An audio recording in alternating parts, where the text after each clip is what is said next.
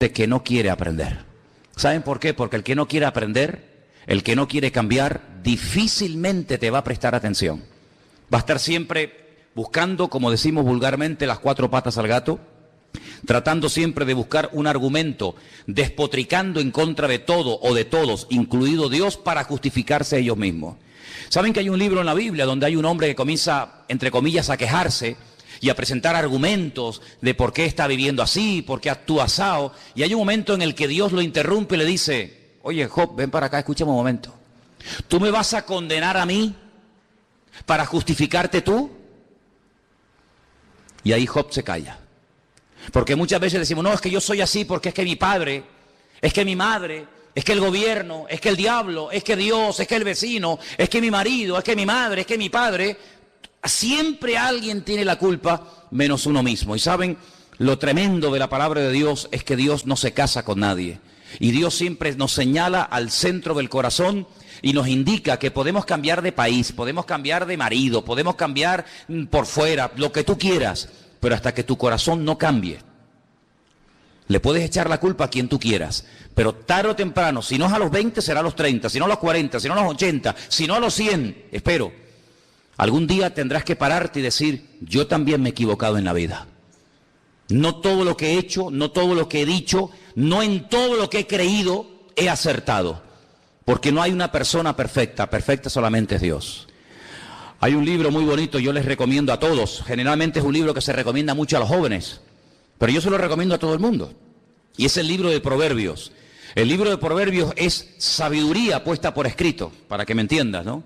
Y hay uno de los proverbios que dice: hay caminos que al hombre le parecen derechos, pero su fin son caminos de muerte. Hace muchos años escuché una anécdota de un padre que en la cama, ya agonizando, llama a su hijo y le dice: hijo, te voy a dar lo único que me ha quedado para que lo puedas heredar. Y le da un supuesto diamante de incalculable valor y le dice: mira, este diamante que tú hoy estás heredando de mí, yo lo heredé de mi padre y él del suyo. Y es algo que ha ido pasando de generación en generación. Este diamante no tiene valor, es de incalculable valor. Nunca lo vendas, nunca te deshagas de él, es una joya familiar. Bueno, el padre muere, pasan los años y el chico se ve en una terrible necesidad económica hasta el punto que tiene que recurrir a la venta del famoso diamante. Cuando llega un joyero, a un experto tasador de diamantes, lo observa, echa una carcajada y le dice: esto es falso, esto no vale nada. Le dijo: no me diga eso, mi padre me lo dio a mí, fue la herencia que mi padre me dio, y esto viene de generación en generación. Y el joyero dice: mire, yo no estoy cuestionando la herencia de su padre, ni la buena intención de sus antepasados, pero yo le vuelvo a repetir que esto no es un diamante. Esto es un cristal en forma de diamante, esto es falso, esto no es de verdad. El diamante no se rompe, y si quiere le hago la prueba. Y dice, y le hace así, ¡pam!, le pega un martillazo y se rompe el diamante en 20.000 pedazos. Conclusión, moraleja: estuvieron creyendo durante generaciones en algo falso, creyendo que era algo verdadero, hasta que llegó el momento de demostrarlo. ¿Saben que en cierto sentido a mí y a muchos de los que estamos aquí nos pasó lo mismo? ¿En cuántas cosas creímos durante años, creyendo que eso era lo auténtico, lo verdadero? ¡Qué suerte tuvimos de haber nacido en el país en el que nacimos y de haber recibido la herencia espiritual o religiosa de nuestros antepasados! Porque era un honor creer en aquello. Y cuando comenzamos a comprobar las tradiciones, nuestras creencias a la luz del manual de la Biblia, nos llevamos las manos a la cabeza y dijimos: Dios mío, bendito sea tu nombre. Creímos durante años y practicamos en cosas que no eran así, que no están ni en la Biblia. Es más, hasta las prohíbe la Biblia, porque son cosas erróneas, mandamientos humanos, que se han ido reforzando, ¿verdad?, de generación en generación. Pero como alguien dijo, tarde o temprano usted tendrá que comprobar sus creencias, amigo. Tarde o temprano usted tendrá que decir: oye, ¿esto es la verdad o es mentira? Tarde o temprano usted tendrá que decir: Dios mío, ¿estoy en la verdad o he heredado una tradición, pero no una relación, una experiencia personal con Dios? Y eso nos ha pasado a muchos de los que estamos aquí. Pero claro, no leíamos la Biblia, como la inmensa mayoría de los seres humanos que no leen la Biblia. La Biblia es un libro caducado, un libro, sabe Dios, como me dicen algunos, lleno de errores. Y yo le digo, ¿me uno? Yo llevo más de 35 años leyendo la Biblia ahora, todos los días, y no he encontrado ni una. Y mira que me he esforzado en buscarla, ¿eh? La Biblia es un libro perfecto, es la palabra de Dios, está llena de promesas, transforma la vida. Es un mapa, es una brújula, es el GPS que Dios le ha dado a la humanidad para que no se pierda, para que no se tuerza. Ay, si ahora en Grecia, en vez de estar buscando soluciones humanas, fueran a la Biblia, Señor, ¿qué tenemos que hacer para salir de este callejón sin salida en el que nos hemos metido? Ay, si las naciones y los políticos dejaran su arrogancia y su soberbia a un lado, y esa fe que han depositado en filosofía o en libros escritos por seres humanos normales y corrientes, comprobaran a la luz de la palabra de Dios qué cambios económicos, qué cambios espirituales tienen que tomar, el mundo sería una balsa de aceite. Pero lamentablemente el hombre sigue creyendo que él tiene la solución y, como dijo el Señor, un ciego no puede guiar por el buen camino a otro ciego, porque tarde o temprano los dos, el que guía o el que pretende guiar y el que es guiado, los dos caerán en el mismo hoyo, porque están ciegos. Y el mundo está ciego, hermano. El mundo va a la deriva, porque no quieren reconocer de que se ha equivocado. Y por eso, amados hermanos, tenemos que dar infinitas gracias al Señor, porque hay un versículo en la Biblia que dice que nosotros estamos en el verdadero, y el verdadero se llama Jesucristo, el Hijo bendito de Dios. ¿Cuántos dicen amén? Quiero llevarles en esta tarde un proverbio, hablando de proverbios, al capítulo 18, precisamente el versículo 21, y quiero que lo leamos entre todos, si lo tienen ahí a mano, por favor. Proverbios capítulo 18, versículo 21. Esto es una bomba, ¿eh? Esto es algo tremendo. Te vas a dar cuenta del poder tan grande que Dios ha puesto dentro de nosotros, para bien o para mal, cuidado. Esto es como todo. El que inventó la dinamita, pues oye, con ella puedes matar a miles de personas, o con ella puedes abrir un hueco en una montaña y hacer un túnel para que pasen los coches o para que pase un tren, ¿verdad? Proverbios 18, 21, ¿lo tienen, hermanos? ¿Sí? Venga, vamos a leerlo en alta voz todos. La muerte y la vida están en poder de la lengua, y el que la ama comerá de sus frutos. Otra vez. La muerte y la vida están en poder de la lengua. Ay, amigo. Alguien dijo en cierta ocasión que de aquí para abajo no nos diferenciamos en nada de los animales. Todo lo que tenemos de aquí para abajo, los animales lo tienen.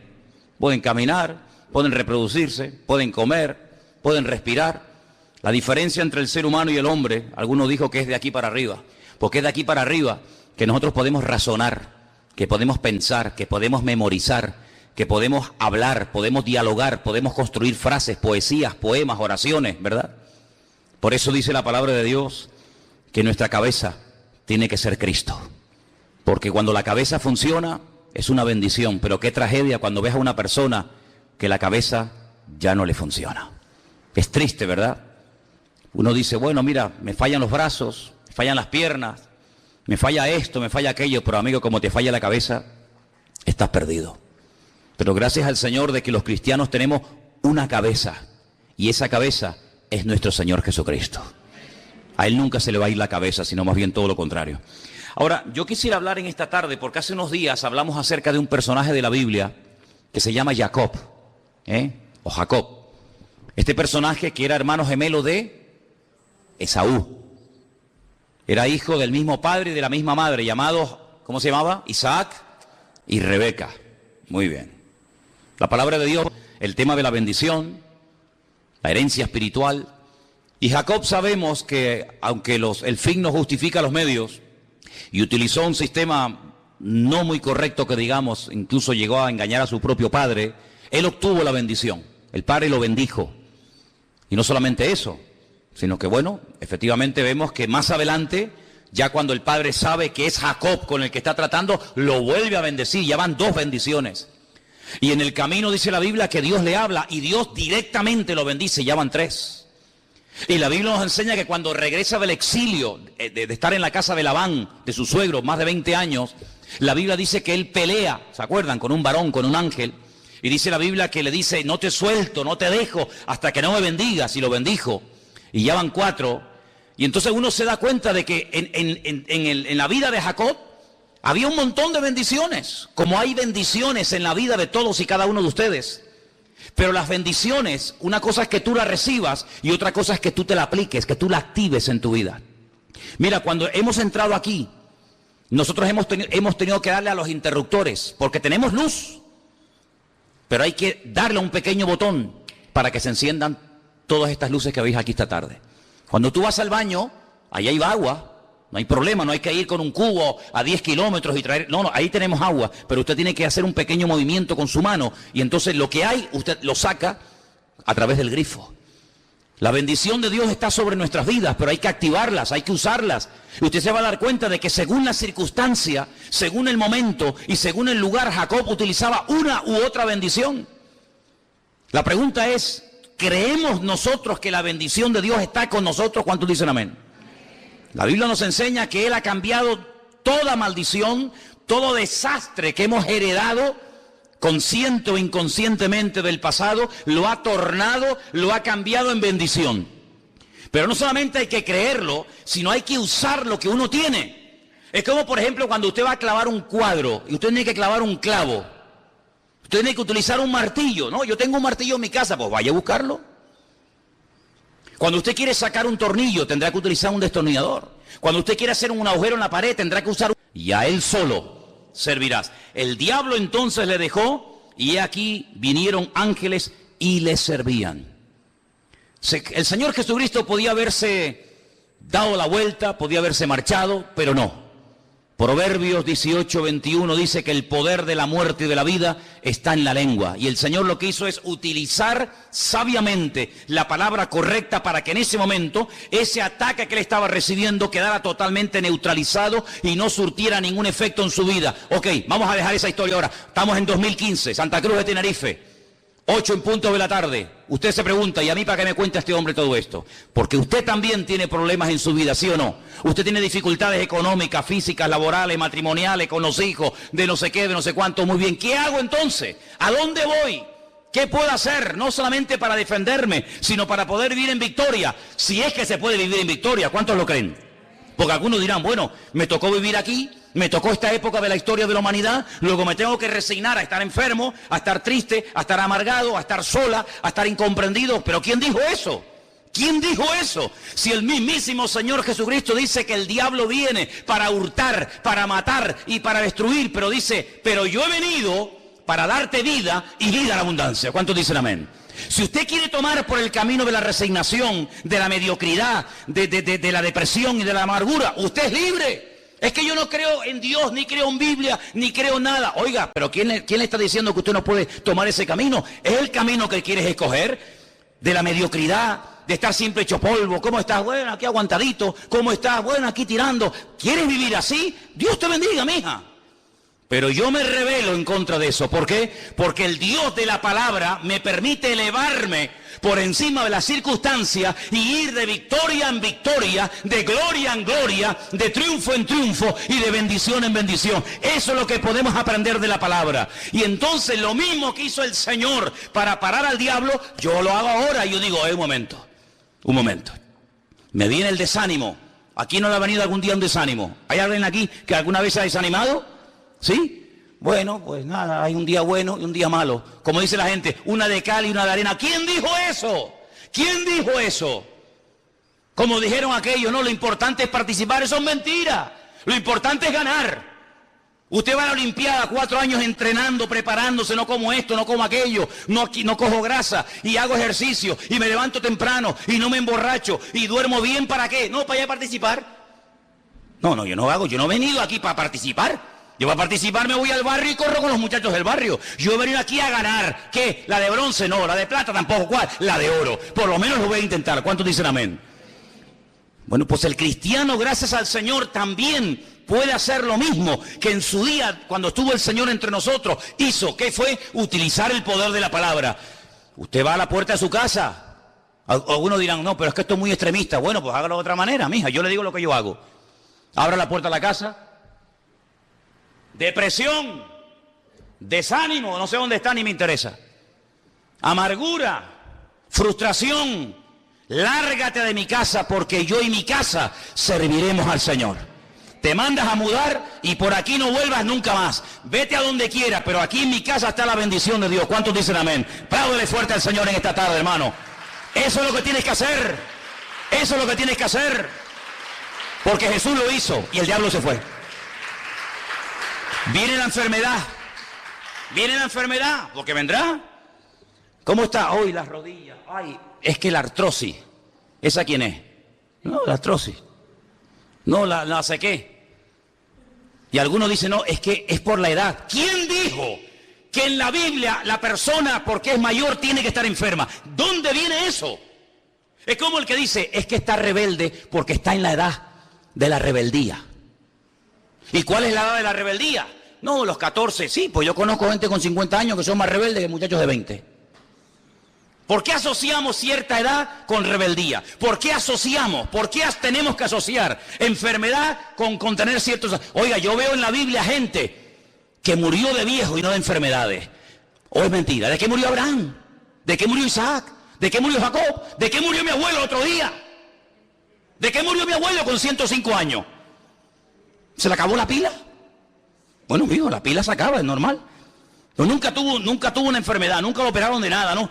Oiga, pues yo le he dicho al Señor, Señor, si tú eres el Señor y eres mi pastor y tú eres lo que quieres lo mejor para mi vida, yo quiero que toda enfermedad, tú, Señor, si es tu voluntad, la quites de mi vida. Y quiero estar hasta el último minuto de mi vida sin dolores y sin enfermedad. Y usted dice, eso es imposible. Al que cree, todo le es posible. ¿Cuántos dicen amén? Al que cree, todo le es posible. ¿Usted lo cree? Gloria a Dios. Gloria a Dios. No, es que la economía, es que está la cosa muy fea, no hay trabajo, no hay... Otra vez estamos con lo mismo, otra vez con lo mismo. Vamos a ver, usted se encuentra con un señor en la calle que no cree en Dios, que no se congrega en la iglesia, que no lee la palabra. Le pregunta, ¿cómo está? No, mal, fatal, uy, que el gobierno, que no sé qué, que el otro, que tal. Te encuentras con un cristiano, ¿tú cómo estás? Uy, fatal, porque... Y yo digo, oye, ¿qué diferencia hay entre este y este? ¿Cuál hay la diferencia? Que este va aquí a una iglesia llamada Centro Vida Nueva y el otro no va a ninguna o va a la iglesia católica. ¿Qué diferencia hay? Ninguna. ¿Cómo que ninguna, me dijo? Siempre ha habido diferencia entre la cabeza y la cola, así que por haber nacido donde nací y por haber tenido la familia que tuve o que no tuve o la educación que tuve o que dejé de tener, yo seré en la vida un mediocre. De eso nada. La Biblia me dice que yo soy real sacerdocio, nación santa, pueblo adquirido por Dios, el cual me sacó de las tinieblas para anunciar las virtudes de aquel que me llamó. En otras palabras, ¿de dónde la mediocridad? De aquí, de la cabeza. Y les digo algo, hasta que usted no cambie su forma de pensar, usted no va a cambiar su forma de hablar. Y hasta que usted no cambie su forma de pensar y de hablar, usted no va a cambiar su forma de vivir. ¿Cuántos dicen amén? Entonces, comience a activar la bendición. ¿Qué bendición tenemos dentro? Bueno, vamos a leerla. Vamos a ir a Números. Vamos a ir a Números. El otro día se la dije. Vamos a repasarlo otra vez por si la han olvidado.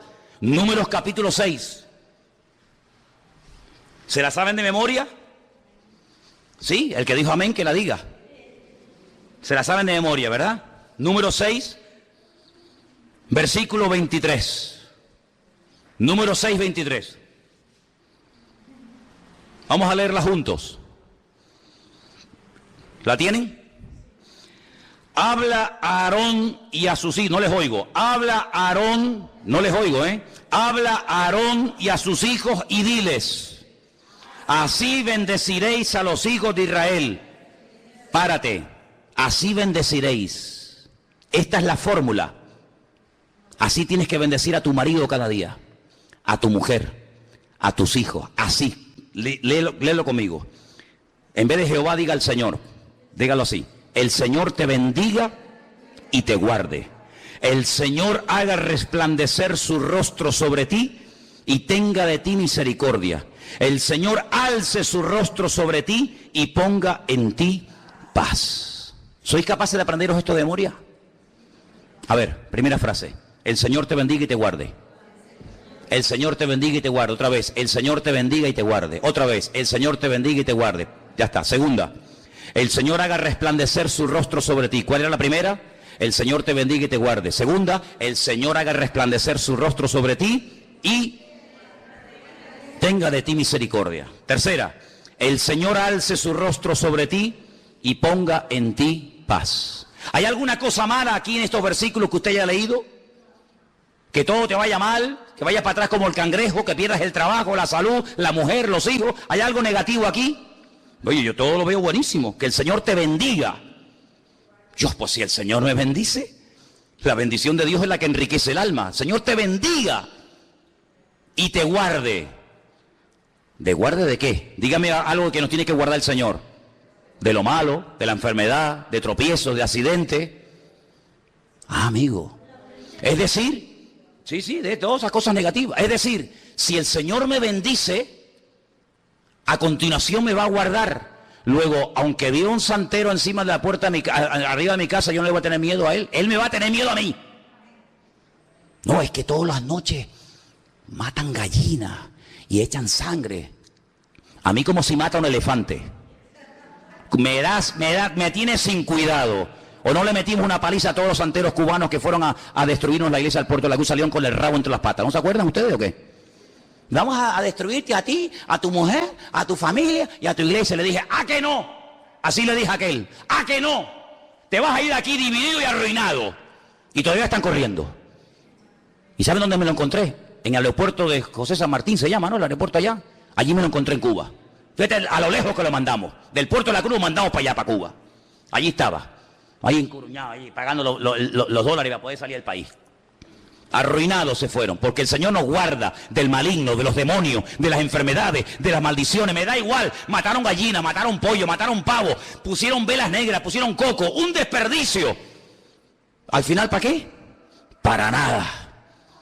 Porque el Señor nos guarda de todo peligro, de lo que conocemos y de lo que ignoramos. ¿Cuántos dicen amén? Hay gente mala que ora en contra de nuestros hijos, que ora en contra de la obra, que ora en contra de los pastores, en contra de los matrimonios, en contra de nuestra salud. Da igual, que hagan lo que quieran. El Señor me protege y me guarda. Dice Salmo, en paz me acostaré, asimismo dormiré, porque solo tú, Señor, me haces vivir confiado. ¿Cuántos dicen amén? ¿Miedo de quién? ¿De quién tiene usted miedo? ¿Miedo de qué? Seguimos. El Señor haga resplandecer su rostro sobre ti. Es decir, que si el Señor resplandece su rostro sobre mí, voy a estar siempre en luz. Nunca voy a estar en oscuridad, en tinieblas, asustado. Olvídese de eso. Que tenga misericordia el Señor. Que alce su rostro sobre ti y te conceda la paz. Esta era la bendición que una vez al año todas las tribus de Israel tenían que ir a Jerusalén, para que cuando salía el sumo sacerdote de la presencia del Señor, extendiera sus manos sobre el pueblo, y allí estaba la gente con los ojos cerrados, inclinados, y allí decía el Señor, decía el sacerdote, Yeberejeja Adonai Bishmereja, Yair Adonai Panaj Aleja Bijuneca, Yisá Adonai Panaj Aleja Beyaseleja Shalom. Y con esa bendición se iban hasta el año que viene, tranquilos, seguros. Allí vivía el filisteo, allí el amorreo, allí el cananeo, allí el jebuseo. No caía ni una hoja de un árbol. Tranquilos, allí se morían los ganados, aquí parían las ovejas, hermano, pero una cosa terrible. Allí había sequía, muerte.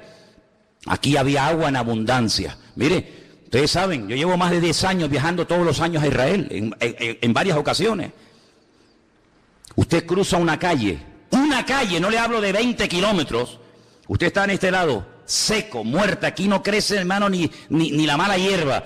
Cruza la calle, hay una bendición alucinante. ¿Por qué? Porque ahí está la bendición de Dios y aquí no está la bendición de Dios. Usted lo puede ver en la Biblia, en Egipto. Allí había tinieblas, aquí la gente comía y saltaba y brincaba en la casa porque estaba la luz y la presencia del Señor. Allí se morían los animales, aquí no paraban de parir. Allí abortaban, aquí no abortaba nadie. Porque Dios siempre ha marcado una diferencia entre el que cree en Él y le obedece y entre el que no cree y le rechaza. ¿Por qué? Porque la bendición de Dios está dentro, pero usted tiene que activarla con la forma como habla. Entonces, cuando usted se levanta por la mañana, hoy el Señor me va a bendecir, hoy el Señor está conmigo, los dolores se marchan, las enfermedades se van, la depresión se larga. ¿Por qué? Porque soy más que vencedor en el nombre de Jesús. Ahora una cosa, pero esto funciona, inténtelo, pruébelo. Es que yo no creo en eso, yo tampoco creía. Pero no solamente decir, sí, bueno, está muy bonito, está muy interesante. No, es que yo no estoy aquí para que usted me aplauda ni me diga qué bonito y qué interesante. A mí no me interesa su opinión. Yo estoy aquí para ayudarle a usted y para enseñarle a vivir por encima de las circunstancias. Y da igual si vive en Corea del Norte, en Cuba, en Japón, en Norteamérica, me da igual. Nuestro Dios está por encima de todo eso. Y podemos vivir en paz, y podemos dormir tranquilos, y podemos tener la bendición de Dios. ¿Por qué? Porque Él no cambia. ¿Cuántos dicen amén? Por eso, amado hermano, hay que activar la bendición. ¿Cómo se activa? Hable. Cuando le preguntan, ¿cómo está? Ya empezamos mal. ¿Qué significa? ¿Eso qué significa? ¿Cómo está, hermana? Bueno, hace así. Bueno. ¿Pero qué? ¿Pero eso qué es? Pregúntele a Cristiano Ronaldo, pregúntele a Messi, ¿cómo está? Aquí jugando en el Real Madrid, ganando 20 millones de euros al año, con 17 coches de lujo, Ferraris, casas, helicópteros, aviones, bueno, aguantadito. Nunca te van a responder así los mundanos que les va bien, pues a nosotros nos ha tocado la lotería, porque lo que ellos tienen se lo van a dejar aquí y no se lo van a poder allá, pero aquí en esta vida tenemos paz, tenemos gozo, tenemos victoria, tenemos salud, y en la otra vida, la vida eterna. ¿Cuántos dicen amén? Apláudale al Señor en esta tarde, diga, Señor, tú estás conmigo, gloria a Dios, gloria a Dios, aleluya. ¿Saben lo que dice la Biblia? Léalo en Deuteronomio 28. Los de la calle, los del mundo vendrán a preguntarte a ti, a pedirte ayuda, y no tú tendrás que ir a ellos. Así de claro. Porque estaremos siempre arriba y nunca estaremos abajo. Ahora, eso es lo que a mí me atrajo de los cristianos. A mí no me atrajeron sus canciones. A mí no me atrajeron las canciones de esta gente. A mí no me atrajo un libro negro que un señor llevaba allí y se llamaba pastor. A mí eso no me atrajo. A mí lo que me atrajo, yo digo, Dios, pero una de dos, o están locos, o tienen algo que yo no tengo y me gustaría tenerlo. Esa era mi conclusión. O están locos como cabras y se creen sus mentiras y por eso están como en el mundo de Yupi, o realmente loco soy yo y ellos tienen algo que a mí nunca me enseñaron ni lo pude conseguir en ninguna parte. Y le dije a Dios, Dios mío, ayúdame, yo quiero cambiar, yo quiero conocerte, yo quiero vivir en paz, yo quiero vivir todo, quiero que me quite los demonios que tengo encima, quiero dormir, quiero quitarme esta cosa que tengo encima. Y Dios lo hizo. Y hasta el día de hoy el Señor no me ha fallado.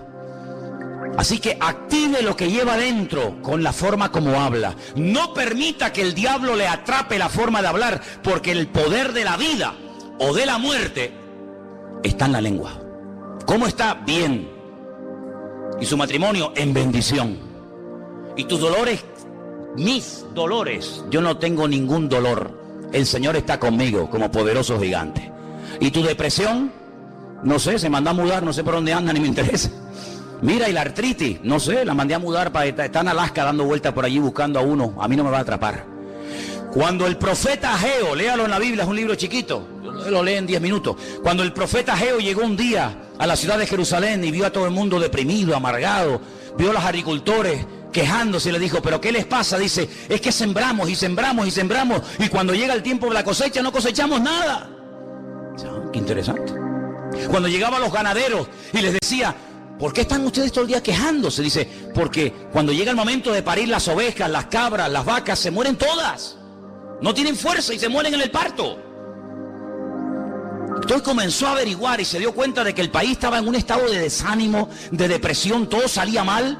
Dice, trabajaban, pero era como si tiraran todo por un hueco. Y Ageo, que era un hombre de Dios, dice, aquí pasa algo, esto no es normal.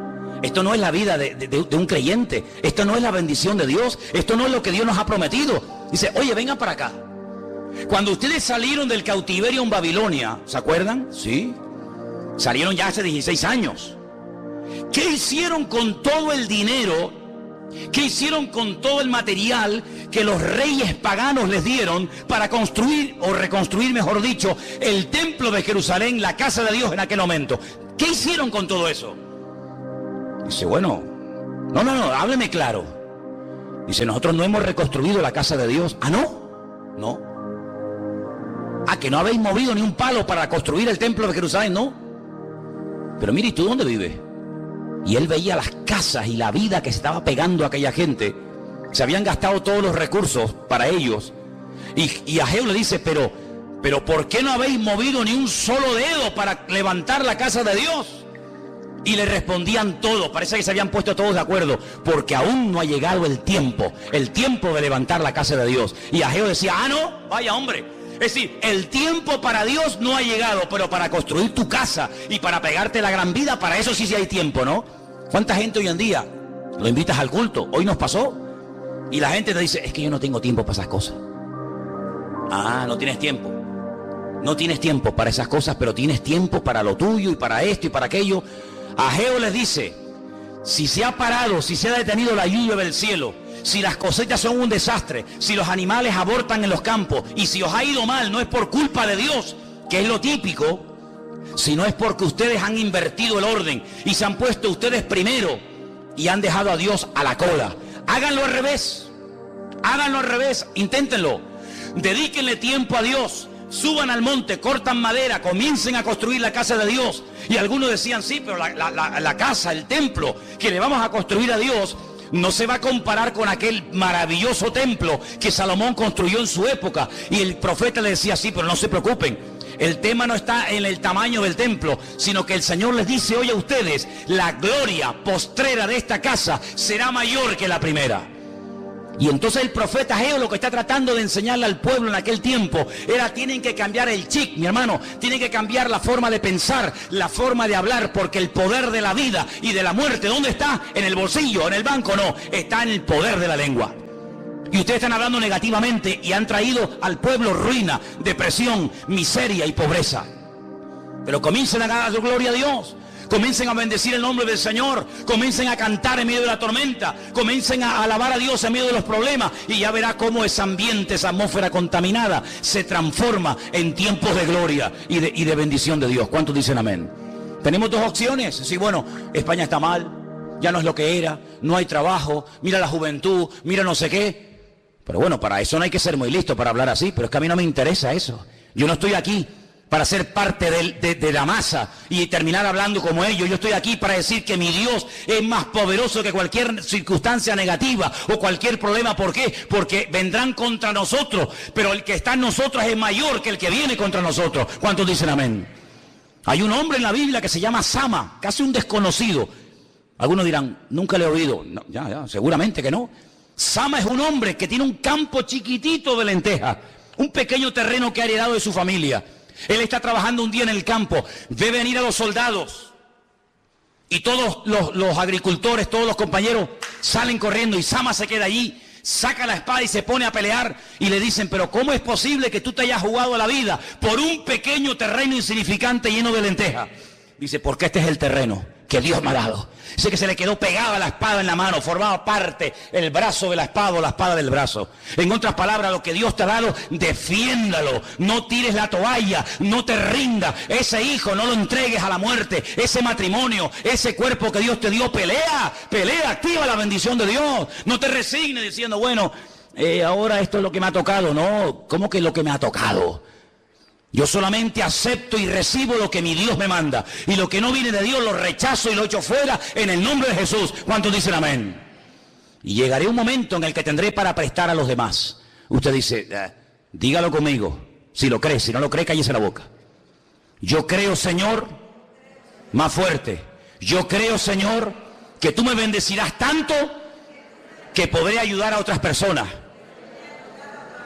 Porque tu bendición está conmigo. Ahora dígalo usted solito.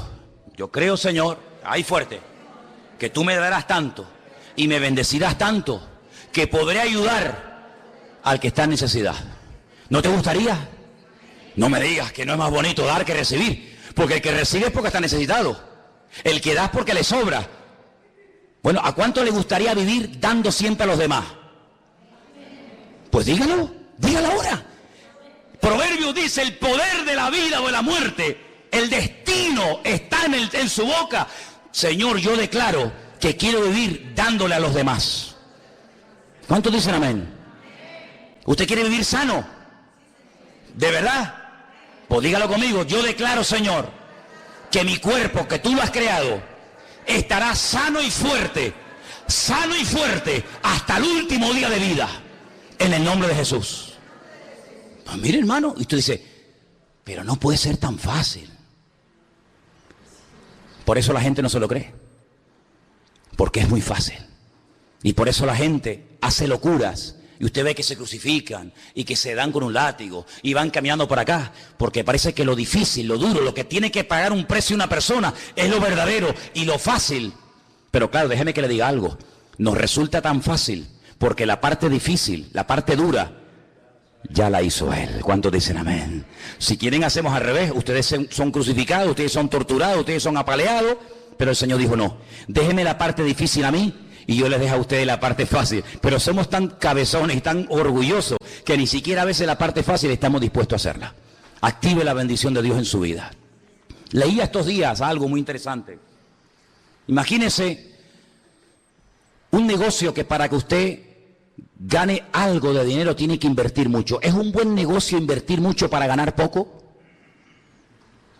Yo no conozco a nadie que diga, voy a invertir 10.000 euros para ganar 500. Permítame, usted es un naval. ¿No es un buen negocio invertir 500 y ganar 10.000? ¿Sí o no? Ah, amigo. La gente trabaja 12 horas diarias para ganar algo poquito. Y ahora con lo que usted ha ganado, usted puede comprar horas, usted puede comprar tiempo. Es un mal negocio. Trabajar mucho para ganar poco es un mal negocio. La Biblia me indica bíblicamente invertir poco para tener mucho. ¿Creen que la Biblia hablará de eso? Sí. ¿Cuánto tarda un hombre en nacer un hijo? Hablemos claro. No, un segundo no, mía. No, tampoco. Eso vamos.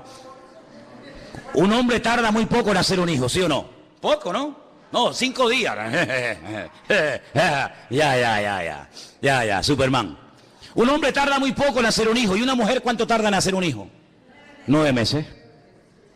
Es decir, si un hombre hace una inversión pequeña para tener un beneficio grande, entonces, según la Biblia, el negocio más grande del mundo es tener hijos. Por eso dice la Biblia que la bendición y la herencia del Señor son los hijos.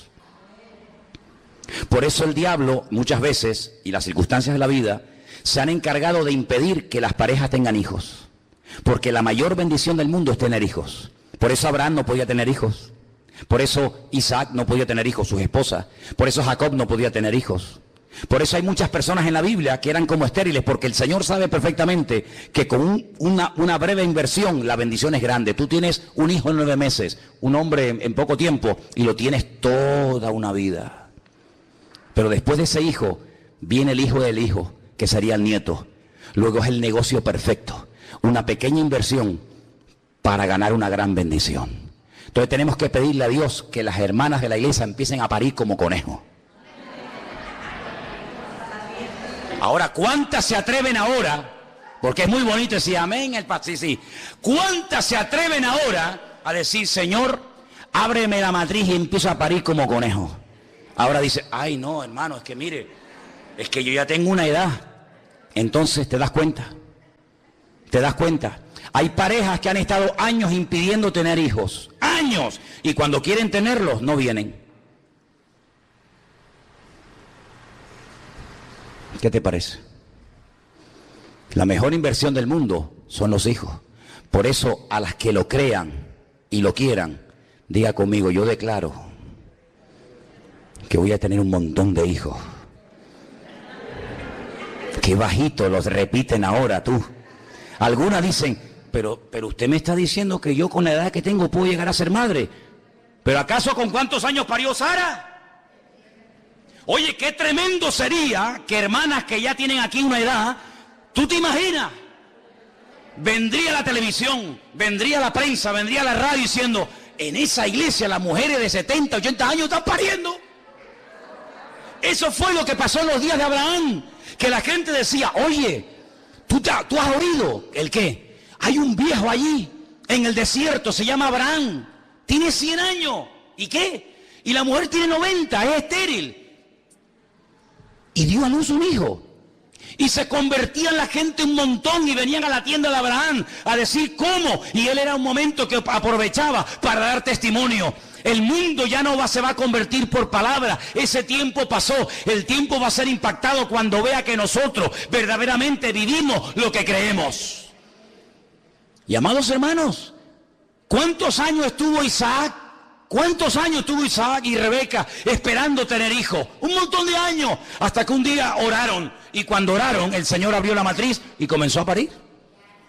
Entonces, amado hermano, yo pongo este ejemplo como podría poner cualquier otro, pero no permita, no se resigna a decir, bueno, esto es lo que me tocó. No, lo que me tocó no.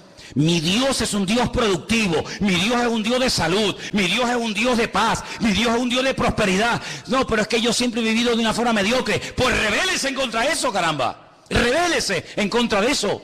Porque la bendición de Dios es tuya, no es algo que es una lotería. Bueno, a mí no me tocó, a él sí le tocó. No. La Biblia dice en el libro de los Hechos que en la iglesia primitiva no había ningún necesitado. Pero bueno, serían poquitos, no me digas poquitos. Mire, empezaron con 120. Un día predica Pedro, se convierte en 3.000 personas. A los pocos días se convierte en 5.000. ¿Cuántos van ya? 8.120, que eran poquitos. Dice, y no había ningún necesitado entre ellos. En una masa de 8.000 no había ningún necesitado. Pues no. ¿Y cómo puede ser que en una iglesia de 40 haya tantos necesitados? Y en una masa de 8.000 no hay ningún necesitado.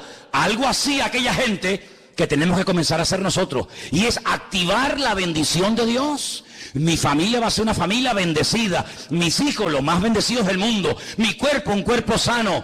Hermano, yo digo una cosa, esto tiene dos opciones. O lo creo o no lo creo. No hay término medio. Bueno, no sé. Bueno, usted decide hoy. Mi obligación es compartir la palabra, darle la enseñanza. Esa es mi obligación. La suya, aceptarla o rechazarla. Usted está en su pleno derecho. Pero yo y mi casa serviremos a Dios. Pero no de cualquier manera. No arrastrándonos ni mendigando. Porque el rey David dijo, yo fui joven y ahora yo ya soy mayor, he envejecido. Y nunca he visto a un justo desamparado ni a su descendencia mendigando comida por las calles. Y el Dios de David, el Dios de Abraham, el Dios de Pablo, el Dios de Moisés, es nuestro Dios. ¿Cuántos dicen amén? Moisés tenía 120 años. Bueno, le vuelvo a repetir, mi abuelo murió con 105 hace un par de semanas. Moisés, que murió con 120, pues tenía 15 años más que mi abuelo. Tampoco es una diferencia abismal. Y dice la Biblia que Moisés subía al monte Sinaí sin ningún problema, dice, y nunca perdió la vitalidad y nunca perdió la fuerza. Moisés con 120 años tenía más fuerza y más vitalidad que muchos hoy en día con 15 y con 20 años. Dios se la mantuvo. Y yo digo, Señor, si tú le permitiste a un viejito de 120 años como Moisés tener esa vitalidad, dámela a mí también. Yo le he pedido al Señor vitalidad. Ustedes dirán, pero bueno, es que ahora porque la edad que tiene, no, es que me da igual. Es que tener vitalidad con 30 años no es ningún milagro, ¿no? Correr y saltar con una edad joven, eso lo hace cualquiera. No, pero yo quiero tener vitalidad, y quiero tener fuerza, y quiero tener ilusión, y quiero tener fe, y quiero estar como un roble hasta que me vaya de esta tierra. Y hermanos, yo les digo una cosa. Hoy el Señor nos pone delante de nosotros el tipo de vida que a partir de ahora vamos a comenzar a vivir. No, yo me conformo con sacar un 5 en los exámenes. Tú lo has dicho, eso es lo que tendrás. No, Señor. Yo quiero marcar una diferencia en la universidad. Que digan, ¿y este quién es? ¿Este? No, esta es una evangélica de esa. Dios, pues marca una diferencia. No, yo me conformo con 4 notitas. Yo, do, re, mi, fa. Ay, y la otra no me sale. Pero yo con 4 me conformo. Así te quedarás toda tu vida, como un mediocre. Como uno del montón. Pim, pam, pim, pum, ya no sabe más. ¿Y puedes hacer pan? No, porque no sé. No, Señor. Yo quiero que tú me des sabiduría. Mira, yo no sabía hablar en público. Yo era medio tartamudo, aunque ustedes no me lo crean, ¿eh? Ustedes dirán, no, este era tartamudo. Pues, ¿cómo será el que habla? Yo le dije al Señor, a mí me da vergüenza hablar en público. No me gusta estar rodeado de gente. Prefiero estar siempre solo, a mi aire. Pero claro, Dios me hizo pastor y tú imagínate. Y le dije, pues si tú quieres que sea pastor, enséñame a hablar. Enséñame a compartir. Dame la gracia de poder compartir tu palabra, porque encima tengo que hablar de algo que ignoraba. Señor, enséñame a tocar la guitarra. Señor, enséñame a hablar inglés. La palabra del Señor, lo siguiente, presten atención a lo que dice ahí nuestro Dios. Jueces 11:40. Y se hizo costumbre en Israel que de año en año fuesen las doncellas de Israel a endechar a la hija de Jefté, Gaaladita, 4 días en el año. Fíjense la palabra costumbre. Se hizo costumbre, no era costumbre hasta ese tiempo. Antes nadie se iba 4 días por el campo, por el monte, a llorar, a endechar a la hija de nadie. Pero ocurrió algo, ustedes conocen que Jefté hizo un juramento que fue una auténtica locura, y fue la de presentar a su hija en sacrificio al Señor. Y entonces dice la palabra de Dios que a partir de ese día se convirtió en una costumbre en Israel que las jóvenes, que las chicas se fueran por los campos llorando, endechando, lamentándose de lo que le había ocurrido a la hija de Jefté. ¿Era un mandamiento bíblico? ¿Era algo que Moisés enseñó al pueblo de Israel en el desierto? No. Sino que se hizo costumbre. Empezaron un año y otro año, una generación y otra generación, hasta que aquello se convirtió en una costumbre. Y quiero en esta tarde que ustedes se den cuenta de que una cosa es la costumbre, la cultura, las tradiciones, y otra cosa muy diferente es lo que manda y ordena el Señor en su palabra. A nosotros nos tiene que dirigir la palabra de Dios, no las costumbres de las naciones. No es que esta costumbre, esta tradición lleva 500 años celebrándose en mi país o donde sea. Bueno, los años que se llevan celebrando las costumbres, cualquiera que sean, no le dan credibilidad a la costumbre. Durante muchos siglos era normal salir a una plaza pública y torturar o quemar a una persona, y todo el mundo iba como si fuera un espectáculo público, ¿verdad? Porque era la costumbre de la época. Bueno, pero eso no significa que como era la costumbre, pues está bien. Cuidado, la palabra costumbre, hábito, aparece desde un punto de vista positivo y desde un punto de vista negativo. Por ejemplo, la Escritura dice en el Evangelio según San Lucas que el Señor Jesucristo, conforme a su costumbre, iba el sábado a la sinagoga. Bueno, pero es que hay costumbres buenas, ¿sí?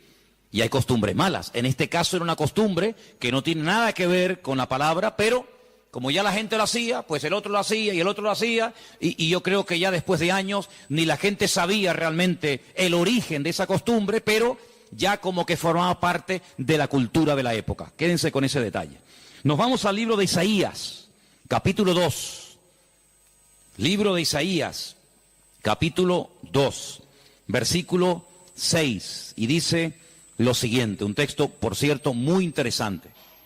Isaías 2, versículo 6. Ciertamente tú has dejado tu pueblo, la casa de Jacob, porque están llenos de costumbres traídas del oriente y de agoreros, como los filisteos que pactan con hijos de extranjeros. Uno de los reproches que el profeta Isaías lanzaba en la época en la que él le tocó servir al Señor en su ministerio es que ustedes se han llenado de costumbres que no son costumbres con una base bíblica. No son costumbres basados en un mandamiento de la Escritura, sino en costumbres, como dice aquí, importadas, traídas de Oriente, que no tienen nada que ver con ustedes. Por ejemplo, aquí en España, país en el que vivimos, pues se ha metido con una fuerza tremenda una fiesta, que era una costumbre de pueblos paganos, dicho sea de paso, que se ha celebrado hace poco, la famosa fiesta de Halloween, y tú estudias la historia de nuestros pueblos, aquí hay hermanos de otros países de Latinoamérica, y Halloween no tiene absolutamente nada que ver con la cultura latina, absolutamente. Halloween no tiene nada que ver ni con Argentina, ni Uruguay, ni Venezuela, ni Cuba, ni España, son costumbres importadas, costumbres que no tienen nada que ver con nuestra cultura, pero a base de repetirlas y practicarlas un año y otro año, como que ya forman parte de una de las muchas fiestas que hay a lo largo del año. Eso precisamente es lo que dice el profeta Isaías en su época. Ustedes han abierto la puerta y se han llenado de costumbres traídas de Oriente, que no tienen nada que ver con ustedes. Y dicho sea de paso, la mayoría de esas costumbres traídas de Oriente eran costumbres paganas, costumbres que no tenían absolutamente nada que ver con la palabra del Señor. Vamos a avanzar. Libro de Jeremías, capítulo 10. Jeremías, el capítulo 10, leemos lo siguiente, versículo 3. Jeremías 10, versículo 3. Miren qué texto tan interesante. Porque las costumbres de los pueblos son, ¿qué dice ahí? Vanidad. Vanidad de vanidades, decía el predicador. Las costumbres de los pueblos son vanidad. Y ahora habla acerca de la idolatría, que era una de las costumbres, no del pueblo de Dios, sino de los pueblos paganos. Ahí la palabra pueblos es la palabra goyín. La palabra goyín significa naciones. Cuando se habla de Israel, se menciona Israel, para que no haya género de duda. Pero cuando se habla de naciones paganas, naciones extranjeras, naciones, digamos, no adoradoras del Dios vivo y verdadero, se les llama goyín, se les llama naciones. Y en este caso dice, las costumbres de esas naciones, de esos pueblos, son todas absolutamente vanidades. Quédense con eso. Y vamos a leer un versículo en Ezequiel, profeta Ezequiel, un libro que no sé por qué no se suele leer mucho, pero tiene textos y historias muy interesantes. En el capítulo 11 de Ezequiel, el capítulo 12, dice así: sabréis que yo soy el Señor, porque no habéis andado en mis estatutos, ni habéis obedecido mis decretos, sino que según las costumbres de las naciones que os rodean, habéis hecho. Las costumbres de las naciones que les rodean, esas son las que ustedes están practicando. No los estatutos, ni decretos, ni fiestas, ni celebraciones que nuestro Dios ha ordenado en su palabra, sino que todo lo contrario. Hay momentos, ustedes seguramente han leído esos pasajes, donde los profetas, tratando de convencer, de sacudir al pueblo de Israel, les decían, a ver, vamos a ver, díganme ustedes un pueblo, una nación que haya cambiado sus dioses, que hayan dejado sus idolatrías por nuestro Dios. Ninguno, ninguno. Los egipcios, mira que vieron milagros los egipcios, porque las famosas 10 plagas de Egipto eran milagros, eran demostraciones del poder de Dios, ¿sí o no? Totalmente. Dejaron los egipcios al convencerse de que sus dioses no servían para nada, que hicieron el ridículo. Dejaron los egipcios su idolatría para creer en el Dios de los hebreos, en el Dios de Moisés, ¿sí o no? Para nada. Es más, cuando salen de Egipto, ¿qué hace el faraón? Vamos a perseguirlos, vamos a atraparlos y llevarlos otra vez a Egipto para que sean nuestra mano de obra. No se convirtieron, no se arrepintieron. Y mira que vieron la gloria de Dios, un río lleno de sangre. Bueno, eso es algo tremendo. Cruzaban la calle y allí la gente tenía luz y alegría y vida. Y a este lado, muerte, los animales se morían llenos de úlceras, llenos de llagas, miseria, pobreza, muerte. Oiga, aquí hay una diferencia. Esta gente pinta con sangre de cordero las puertas de la casa y no se muere nadie. Y nosotros, los poderosos egipcios, incluido el faraón, se mueren todos los primogénitos. ¿Te parece poca diferencia? Y así podríamos hablar de otras, ¿verdad? Se convirtieron, dejaron su idolatría por el Dios de Abraham, de Isaac y de Jacob. No. Daniel, en Babilonia, ¿cuántas veces vieron la gloria de Dios a aquella gente? Vieron a Daniel sobrevivir toda una noche y no ser atacado por los leones cuando lo metieron en el foso, ¿se acuerdan, sí o no? Vieron a aquellos 3 jóvenes que les habían cambiado el nombre, que no se quemaron dentro del horno de fuego. ¿Cambiaron? ¿Recapacitaron? Ninguno. Dice, ¿cómo es posible que ustedes habéis podido comprobar que ninguna nación ha dejado sus dioses, su paganismo, para creer en nuestro Dios, y sin embargo ustedes sí lo han hecho? Dejaron al Dios vivo y verdadero para adorar a Moloch, a Milcón, a Astaroth, a Acera, a Baal. ¿Cómo puede ser eso? Pues eso fue lo que pasó. Ellos cambiaron al Dios verdadero por aquellos dioses, y dice el profeta Ezequiel en este pasaje, todo eso que habéis hecho son las costumbres de las naciones que les rodean, pero ustedes, en vez de influenciarles a ellos, que ellos se conviertan a ustedes, ha pasado todo lo contrario. Ustedes se han terminado convirtiendo a ellos. Han adoptado su forma de vivir, su forma de adorar, su forma de cantar, su forma de comportarse. Y esto es algo realmente increíble, porque esto no ha pasado nunca, nunca en la historia de la humanidad. Una nación ha dejado el paganismo, ha renunciado 100% a toda esa mentira y ha abrazado la fe única y verdadera. Sin embargo, ustedes tenían al verdadero y lo han abandonado.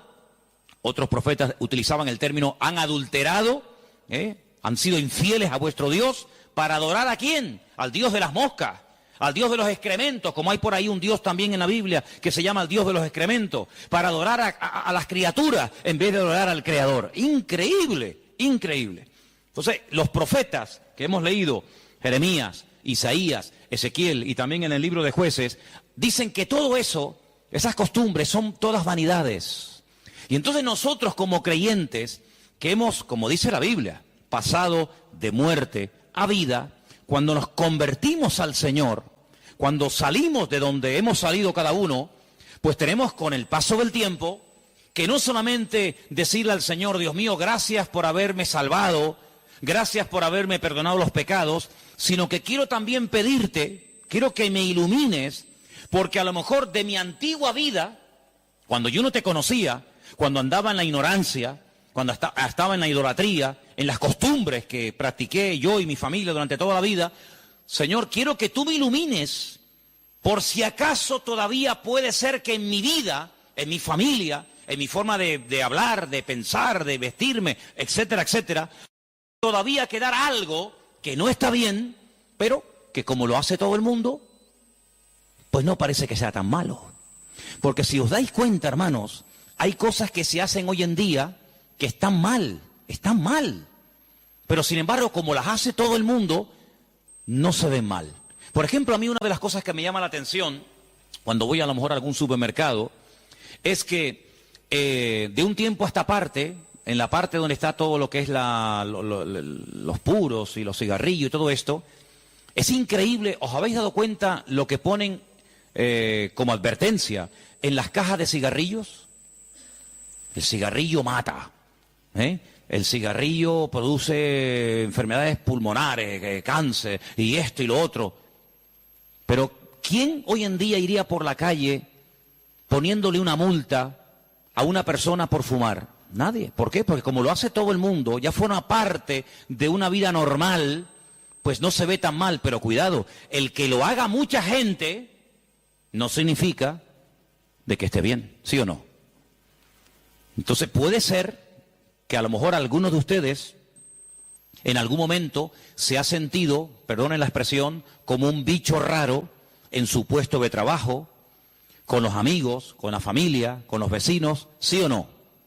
Porque resulta que todo el mundo ve bien, pues ciertas y determinadas cosas que cuando vamos al manual, cuando vamos a la palabra de Dios, resulta que no solamente están mal, sino que incluso son pecado y abominación ante los ojos de Dios. Vaya usted a una manifestación de miles y miles y miles de personas a favor del aborto y párese en esa marcha y diga que el aborto es un crimen, que es un asesinato y que eso es una abominación delante de Dios. ¿Lo matan? ¿Sí o no? ¿Lo matan? Párese usted en una manifestación donde están llevando a una virgen, a un patrón, a un santo y diga, ¿pero qué estáis haciendo? Si nuestro Dios prohíbe todo esto, si eso es abominación delante de nuestro Dios, si en la base mínima, que son los 10 mandamientos, ya se prohíbe categóricamente todo esto, ¿te matan? ¿Por qué? Porque es que esto se ha practicado. Y claro, después ves ahí al alcalde, y ves al teniente alcalde, y ves al concejal de no sé qué, y ves a fulanito de tal, y incluso al rey, y ves a la reina, y ves a la... Entonces parece que como que no está tan mal porque lo practica mucha gente. Y quiero decirte, querido hermano, que en algún momento de tu vida puede ser que tú te sientas como que vas contra corriente. Como que la gente como que no te entiende y como que tú estás en otra frecuencia, en otra onda, y es como algo imposible de que lleguen a un entendimiento. Pero al fin y al cabo yo pregunto, hermanos, ¿nosotros a quién tenemos que agradar? ¿A quién tiene que agradar usted? ¿A nuestro Dios, sí o no? Bueno, pues si por agradar a Dios me pongo en contra de la familia, ¿estás dispuesto a pagar el precio? ¿Para qué te vas a bautizar? Con la edad que tú tienes. Si a ti ya te bautizaron tus padres cuando eras pequeñita, no lo pueden entender. Pero saben, hermanos, nosotros, repito, primero a quien tenemos que rendir cuentas a nuestro Dios. Y en segundo lugar, tarde o temprano, como dije el domingo pasado, la fe. Y cuando hablo de la fe, yo no me refiero solamente a la creencia, sino me refiero, cuando hablo de la fe, también aglutino nuestro estilo de vida. Porque nuestra fe es un estilo de vida. Somos diferentes, ¿sí o no? Somos diferentes. Somos diferentes a la hora de hablar, a la hora de pensar, a la hora de reaccionar ante una situación. Somos diferentes, lo queramos reconocer o no, somos gente diferente. Eso incluye también el concepto fe.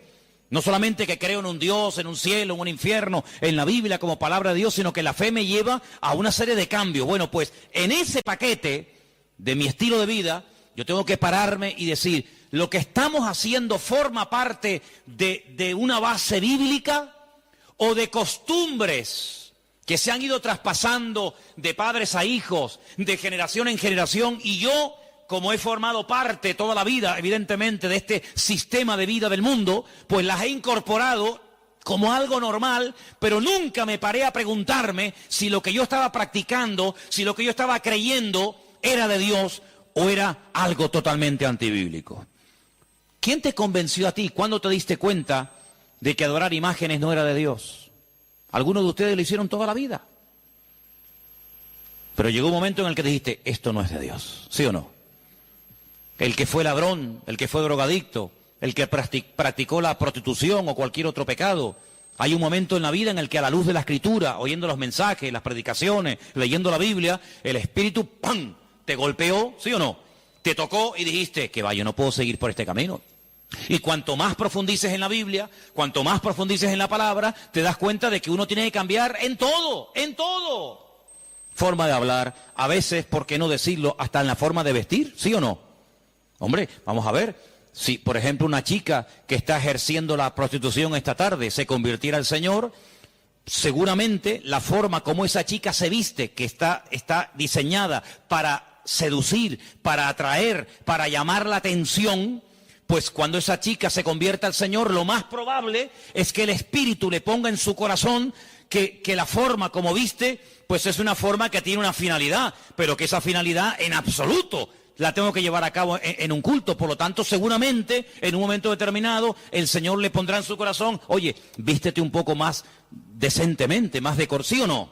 Seguramente que sí. Y el que toda la vida ha estado robando o toda la vida ha estado haciendo daño, seguro que el Espíritu le va a hablar en ese área de su vida. Pero luego hay otras cosas, como hemos leído, costumbres, que como que no las vemos tan mal.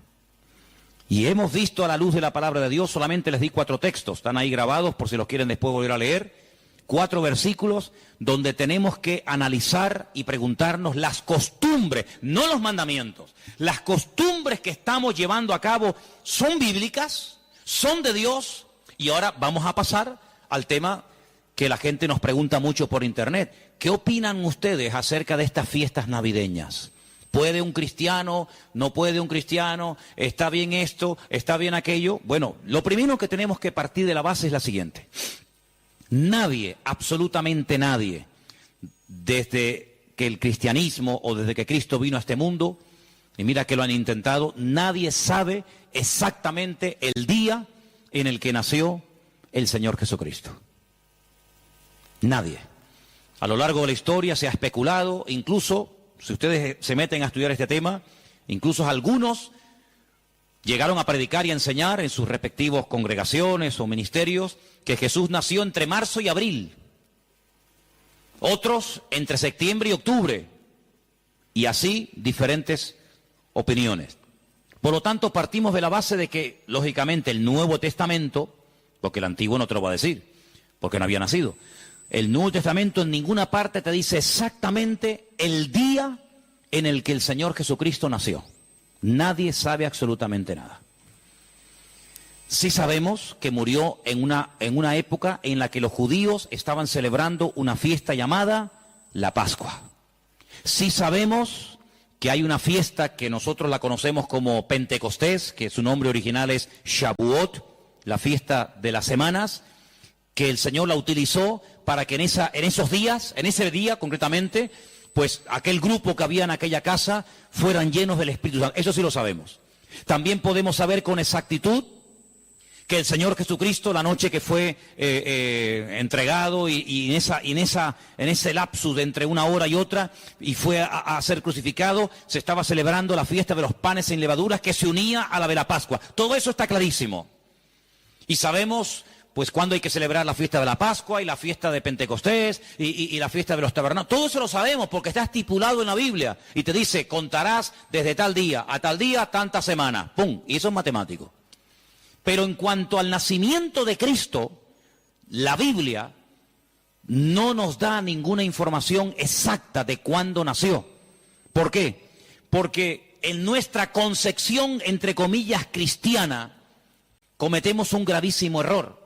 Y es que Jesucristo nació en un contexto judío, no en un contexto cristiano. Jesús nunca fue a ninguna iglesia evangélica, él toda la vida fue a sinagogas. Jesús nunca practicó costumbres cristianas, las costumbres que él practicó y su padre y su madre y sus antepasados eran costumbres judías, ¿verdad? Por lo tanto, para nosotros se comienza a contar desde el nacimiento del niño y dice, bueno, el niño nació el 2 de octubre, pues al año que viene, el día 2 de octubre, el niño cumple un añito. ¿Sí o no? En la mentalidad judía no se cuenta el tiempo así. En la mentalidad judía, en el momento en el que la mujer sabe que está embarazada, en el que la mujer sabe perfectamente que sí o sí está embarazada, ahí se empieza a contar. No a partir del nacimiento a los 9 meses, ¿me entendéis? Por lo tanto, ya empezamos mal. Es como, por ejemplo, cuando nosotros decimos, bueno, ahora mismo aquí en Tenerife tenemos las 8 en punto de la noche. A las 12:01 será día viernes. Eso según nuestro calendario, según nuestra cultura, según la Biblia, ya es viernes. ¿Por qué? Porque en cuanto cae el sol y ya se puede ver, aunque sea una sola estrella en el firmamento, automáticamente ya estamos al día siguiente. Entonces dice, entonces todo es al revés. Bueno, hay que saber estas cosas. Nuestro calendario gregoriano, inventado, mandado a hacer por un papa, tiene 365 días. El calendario bíblico tiene 360 días. Otro dato a tener en cuenta. ¿Qué te parece? Y así podríamos contar cantidad de detalles que cuando uno va a la palabra, uno tiene que conocerlos. Porque si no ya estás partiendo equivocadamente. Y entonces decimos, el nacimiento del niño marca el momento de su nacimiento y de su próximo cumpleaños. Te vuelvo a repetir, la vida en la cultura judía, en la cultura hebrea, se cuenta a partir de la concepción, no a partir del nacimiento. Ahora bien, tengo aquí algunos datos que les voy a leer en esta tarde, que son muy interesantes, pero primeramente quiero decir lo siguiente. No sabemos la fecha exacta del nacimiento de Cristo. No hay ni un solo ejemplo, ni uno solo. Si alguien sabe de alguno, por favor que lo diga ahora, o calle para siempre. No hay ni un solo ejemplo en el Nuevo Testamento de nadie que haya practicado el nacimiento de Cristo, que haya celebrado, mejor dicho, el nacimiento de Jesús. La única fiesta que nos obligó el Señor a recordar frecuentemente fue, dice, haced esto, háganlo en memoria de mí. Y cada vez que comáis este pan y cada vez que bebáis de esta copa, mi muerte estáis anunciando hasta que yo vuelva. Es una orden. Yo sé que hay movimientos cristianos o evangélicos que no practican esto de tomar pan y vino asiduamente, porque dicen que es algo simbólico. Bueno, yo solamente lo digo con todo mi respeto, no saben lo que se pierden. Y es una interpretación incorrecta. Yo creo que es bíblico y estamos todos de acuerdo, ¿sí o no? Que hay que partir el pan y el vino. Hombre, hay iglesias que lo hacen todos los domingos. Elena, por ejemplo, se crió en una iglesia que todos los domingos, sí o sí, todos los domingos a la mañana, se llama culto de comunión. Por eso, porque se da la comunión. Hay iglesias que lo hacen una vez al mes, otras iglesias una vez al año, etcétera, etcétera. Pero que hay que hacerlo, hay que hacerlo. Pero Jesús nunca dijo, los discípulos nunca dijeron, Pablo nunca escribió, Pedro nunca escribió, Santiago nunca escribió, ningún discípulo escribió, y también tenéis que recordar todos los años el nacimiento del Mesías. No. Mira, recordamos cuando partió el pan y el vino e inauguró el nuevo pacto. Recordamos su muerte, claro. Recordamos su resurrección. Recordamos la venida del Espíritu Santo en el día de Pentecostés. Recordamos un montón de cosas, pero bíblicamente no te puedo demostrar, no lo puedo hacer. Te estaría mintiendo. No te puedo demostrar bíblicamente que los primeros cristianos celebraban el nacimiento de Cristo. No lo hacían. Ni siquiera es un mandamiento de la Biblia el celebrar dicha fiesta. Entonces te estoy dando información para que lo sepas. La fecha exacta del nacimiento de Cristo no se encuentra registrada en el Nuevo Testamento.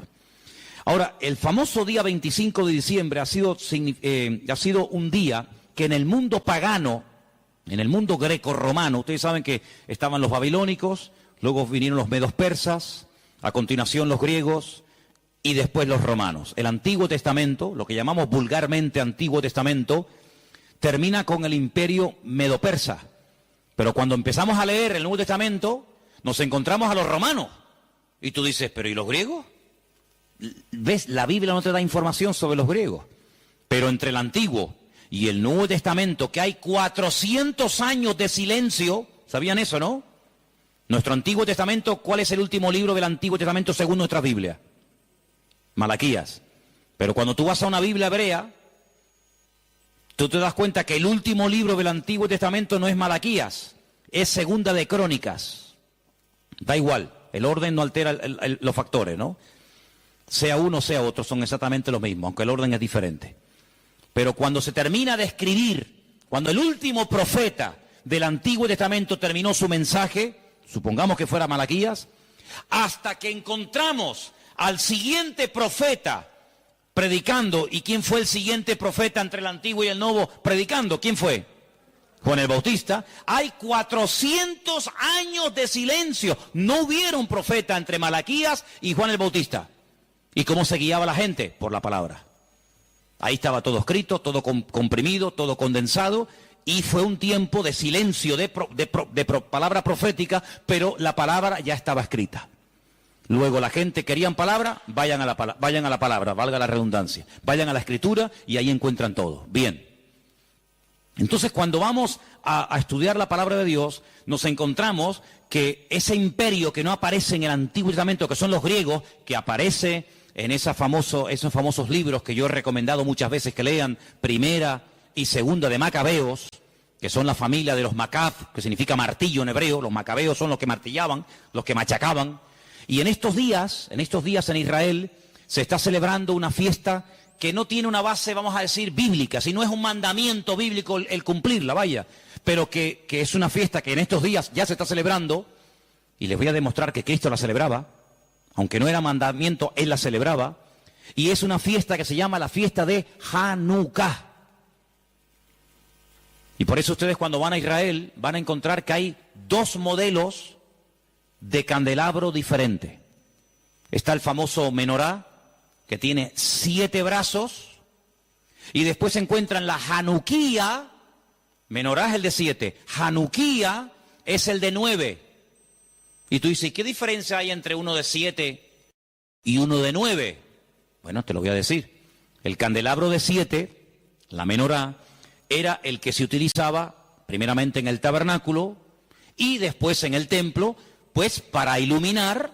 No había luz eléctrica, no había un interruptor y se encendía la luz, sino que se ponía aceite, ¿verdad? Se iluminaba para que el sacerdote pudiera moverse y pudiera ministrar en el templo, ¿verdad?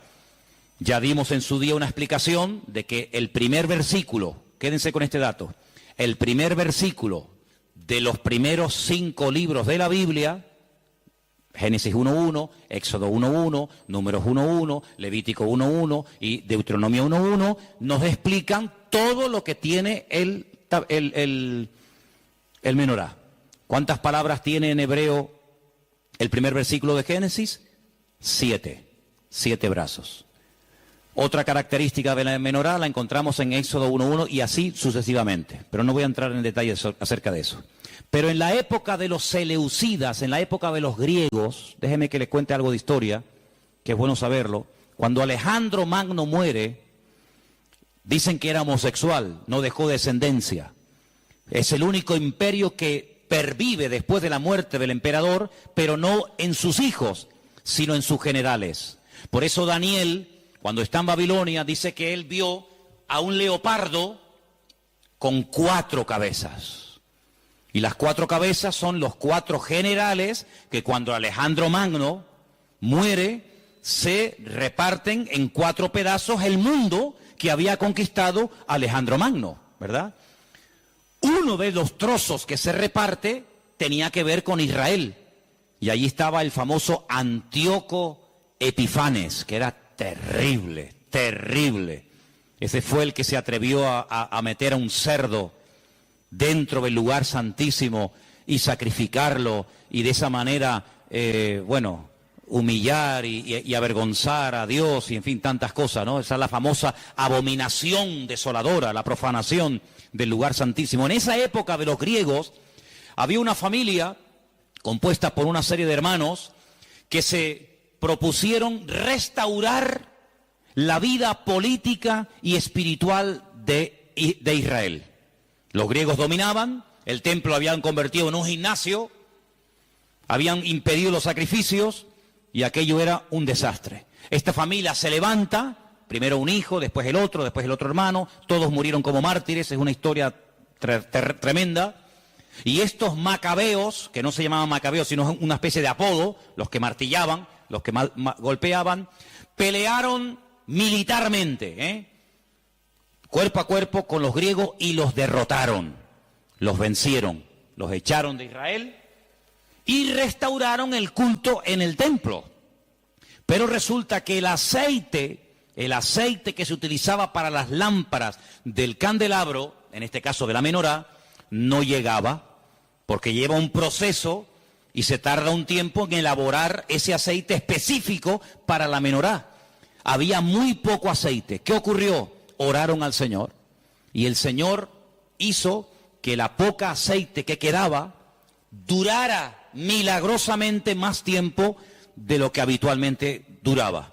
A partir de ese momento, para recordar el milagro de que el Señor permitió que el aceite durara más tiempo de lo habitual, se comenzó a celebrar la fiesta de la Hanukkah, la fiesta de las luces, la reinauguración del templo.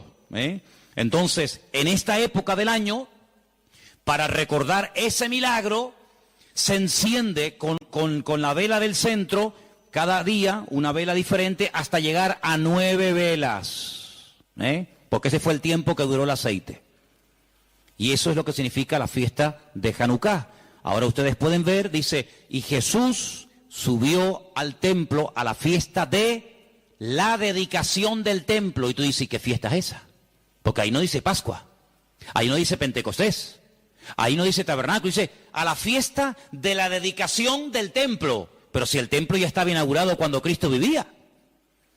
Pero era la fiesta en la que se recordaba la reinauguración del templo cuando los macabeos derrotaron a los seleucidas, a los griegos, y entonces esa era la fiesta de Hanukkah que Cristo la celebraba, Juan capítulo 10.